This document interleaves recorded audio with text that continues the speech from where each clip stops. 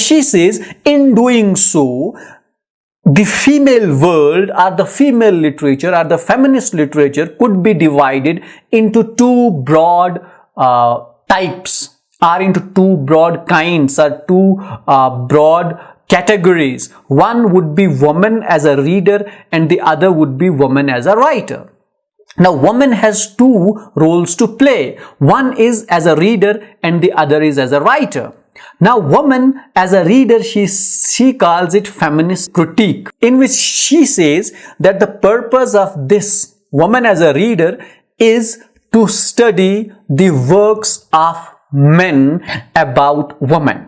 That would be the prime purpose of, or the fundamental principle of woman as a reader. Because what female has to do in this phase is that we do not have too many female writers, that she should study female works. But we have many, writers. For example, we have Thomas Hardy, we have Charles Dickens, we have many others, Thackeray's, who have been writing about female, or who have been writing about women, where they give a substantial space to the female characterization. So what should a woman as a reader do? Read these works. Read their works and understand how, the idea of sexual difference, the idea of gender, the idea of female is propounded by these writers. Now, this woman as a reader, she talks about the subject matter of woman as a reader. What would be the subject matter at which these females or these women would look? And here she says the subject matter of feminist critique or woman as a reader are images of women in literature. Now, first they need to study how have the images of women been portrayed in literature.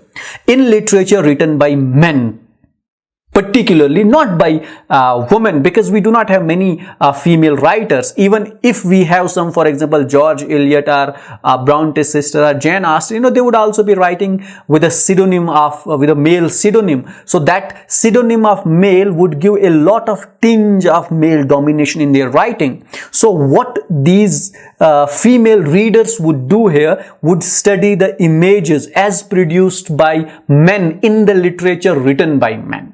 The other subject matter of female or woman as a reader would be stereotypes of women in literature. To study the stereotypes of women in literature. It means, for example, a woman is always dependent on man, a woman is weak, she has only been treated as a product, a product as opposed to the men, and on which the patriarchal domination continues and she has to be submissive. Now, these are some of the stereotypes which have been there in male culture or in male literature, and one of the purpose of the woman as a reader would be to look for these stereotypes and break these stereotypes. Another subject matter of woman as a reader, as given by Elaine Showalter, would be the omissions of and misconceptions about women in criticism. Now, that is another important aspect. There are some misconceptions about women in criticism, that woman cannot be a critic. Woman has nothing to do with literary criticism. For example, as she quoted earlier, the essay of Edel, where these three critics were astonished, were shocked to see a woman in British Museum. So that is another misconception which has been, propagated by male dominant literature. So that would be another subject matter of woman as a reader, when she would be reading the history created by men, the novels written by men, or the theories written by men. The fissures in male constructed literary history. Fissures means gaps or tears which are there in history, where female has not been given a proper part, a proper place to fit in. They need to study those also. Exploitation and manipulation of female audience, especially in popular culture and film. That is another important aspect. Now, how female emotions, the audience female actually, are manipulated by male directors, by male writers. That is another subject matter of woman as a reader. She has to, analyze it, understand it, and, give a separate genre or a separate field or a separate framework where the female audience would not be manipulated. And analysis of woman as a sign in semiotic system. Now, a semiotic system or structure is an important aspect or an important theory of 20th century where, language is considered as a system of signs, and then the language which was created by men. So that created the signs created by men, the female also, would turn up to be the signs. There would be signs of weakness, signs of suppression, signs, of submissiveness, are a sign where they are to be, they have to depart from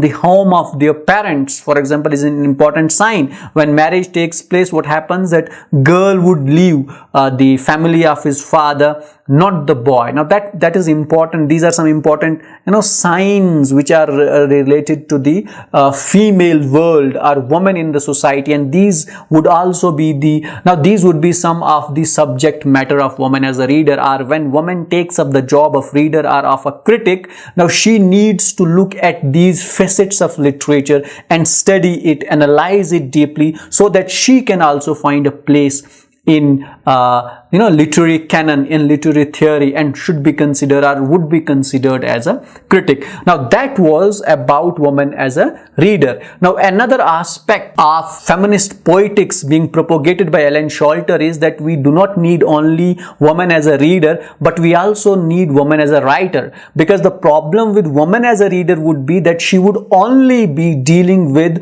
the history written by men, the theory written by men, the novels written by men. Now in this case, we would only have the experiences of women from the lens of men, or we will not have the true experiences of female. Rather what we would have कि मर्दों ने जैसे चाहा वैसे लिखा, जो चाहा वो लिखा. तो हमें औरतों के बारे में या उनके एक्सपीरियंसेस के बारे में एक क्लियर कट इंफॉर्मेशन नहीं मिलेगी. हमें जो कुछ भी मिलेगा वो मर्दों की तरफ से जो लिखा गया है वो मिलेगा. इसलिए इंपॉर्टेंट यहां पे क्या है कि हमें सिर्फ वुमन एज ए रीडर की जरूरत नहीं है, बल्कि वुमन एज ए राइटर की भी जरूरत है. जब वुमन एज ए राइटर हमारे पास होगी तो we will have a different field, a different framework, a different genre where female would be writing about female and female would be reading the works written by the female. Now in this scenario what would happen कि हमें जो है औरतों के true experiences का पता चलेगा. So what we need woman as a writer. Now what would be the subject matter of woman as a writer?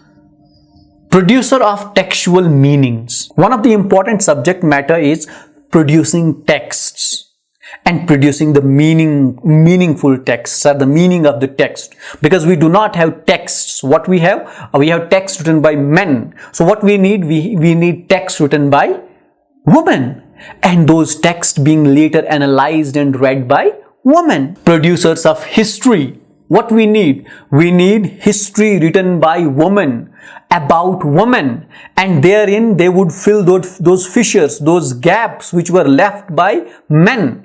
Now that would be another subject matter.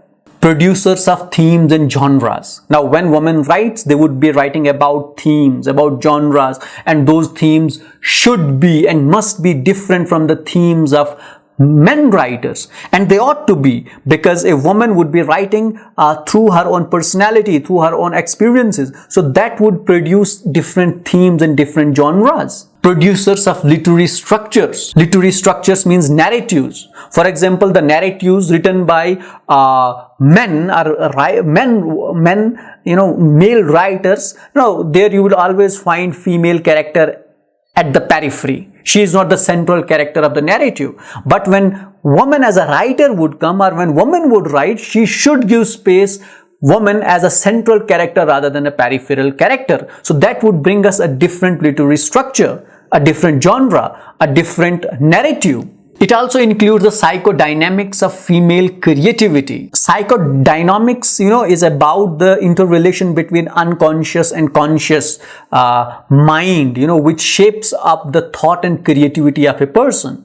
So when a woman would be writing, what we would have unconscious and conscious state of female writing about female, which will produce definitely a different kind of literature, which would be very different to the psychodynamic of a male writer. Because when male writes, he writes about his from his own consciousness or from his own unconscious experiences. He puts those together, but still he is a male, so he cannot do justice with when he writes about females or about women. But when women write about it, the creativity would be far more original as compared to the female writer, as compared to the male writer. Linguistic and the problem of female language. Female language was another important issue of debate in 1970s, 80s, or when Elaine Showalter was writing, and it precisely dealt with the language of men. Language of men was a patriarchal language, and when females were writing, they were writing in the same language or same system of signs which was created by men. Now in this system, what was wrong, that they were not able to do justice with females, or the choice of words, the sentences, the narratives would be very much patriarchal in nature. So what woman needs to do as a writer is to break through from the chains which have been created by a language created by men. Literary history. Another important subject matter of woman as a writer would be creating literary history, which is usually written or has been written by men, is dominated by men. Studies of particular writers and works. Now what should woman as a writer do? They should study the works as a reader. That is a task, that was also a task of the reader. Now she says that she didn't find any term which she could use for woman as a writer. Initially she said woman as a reader was feminist critique, but then for woman as a writer she coins a term and calls it gynocriticism. So gynocriticism means woman as a writer, and feminist critique means woman as a reader. And she says that woman as a reader is more Marxist in nature. Why is it in Marxist in nature? Because it dwells in past and sees the evolution of a society or of human beings or of mind by dealing with the historical elements, historical stuff. And this gynocriticism is, experimental in nature. It's new. It's something different which has not existed before. So it has nothing to do with, for example, Marxist concept of historical materialism, because it does not drive its matter from history. Rather, it's an experimental kind of thing which has never happened before. So they are trying or dwelling upon their own imagination and fantasy to create a new world. Here she refers to Caroline Hilburn, a writer, and Catherine Stimpson, an editor of a journal